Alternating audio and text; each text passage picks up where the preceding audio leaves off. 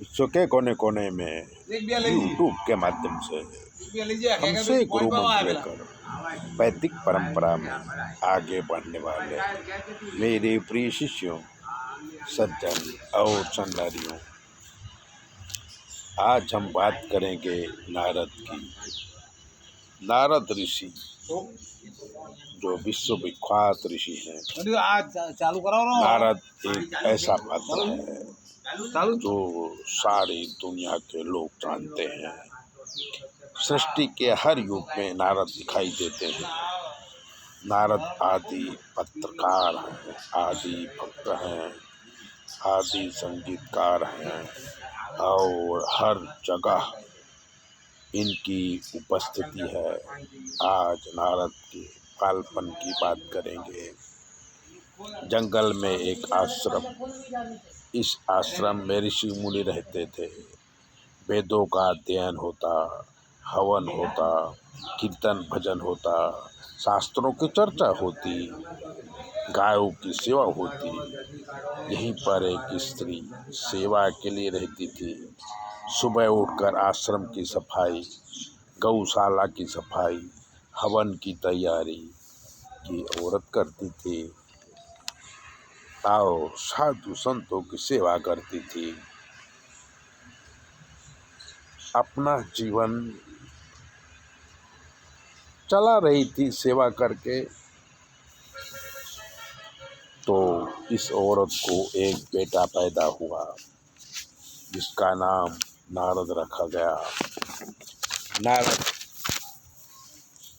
को साथ में लेके नारद की माँ आश्रम का सारा काम करती। नारद थोड़ा चलने बोलने लगे तो ऋषियों की गोद में खेलते, शास्त्रों की चर्चा सुनते और भजन में ताली बजाते। ऋषियों ने छोटे नारद को एक छोटी सी वीणा बना दी।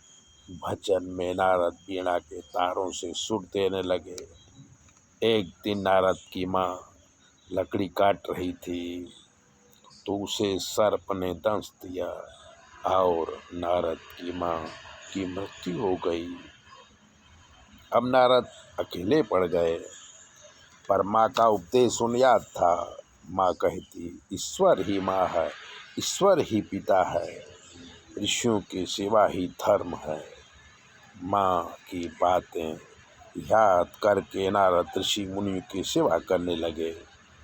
एक दिन नारद माँ को याद करते हुए आश्रम से अपनी वीणा लेके उत्तर दिशा की तरफ चल दिया। अनेक गांव, अनेक पर्वत, अनेक नदियों को पार करते हुए नारद एक नदी किनारे पहुँचे।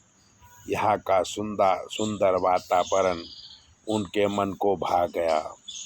वो नदी में स्नान करके, फल फूल खाके और पीपल के पेड़ के नीचे आंखें बंद करके बैठ गए। प्रभु को याद करने लगे। प्रभु के प्रेम में विवल होके उनके आँखों से प्रेम अश्रु बहने लगे। तब प्रभु स्वयं प्रकट होके नारद को आशीर्वाद दिया कि तुम मन बिहारी बनो और तीनों लोकों में भ्रमण करो। तब से नारद वीणा की तार को छेड़ते हुए नारायण नारायण शब्द का गान करते हुए तीनों लोकों में भ्रमण करने लगे। आज भी नारद हर जगह पहुँचते हैं और नारायण की कीर्तन करते रहते हैं। ऐसी थी नारद जी का लड़कपन। तो मित्रों, ऐसी ही दिव्य बातों को जानने के लिए चैनल को सब्सक्राइबर कर लीजिए, लाइक कर दीजिए। और अगर आपके जीवन में कोई कष्ट है तो 9822000108 पर फ़ोन करिए। हम आपको बताएंगे कि आपके जीवन में क्या कष्ट है और आपको क्या करना चाहिए। चैनल सब्सक्राइबर जरूर करें, दूसरों को भी भेजें।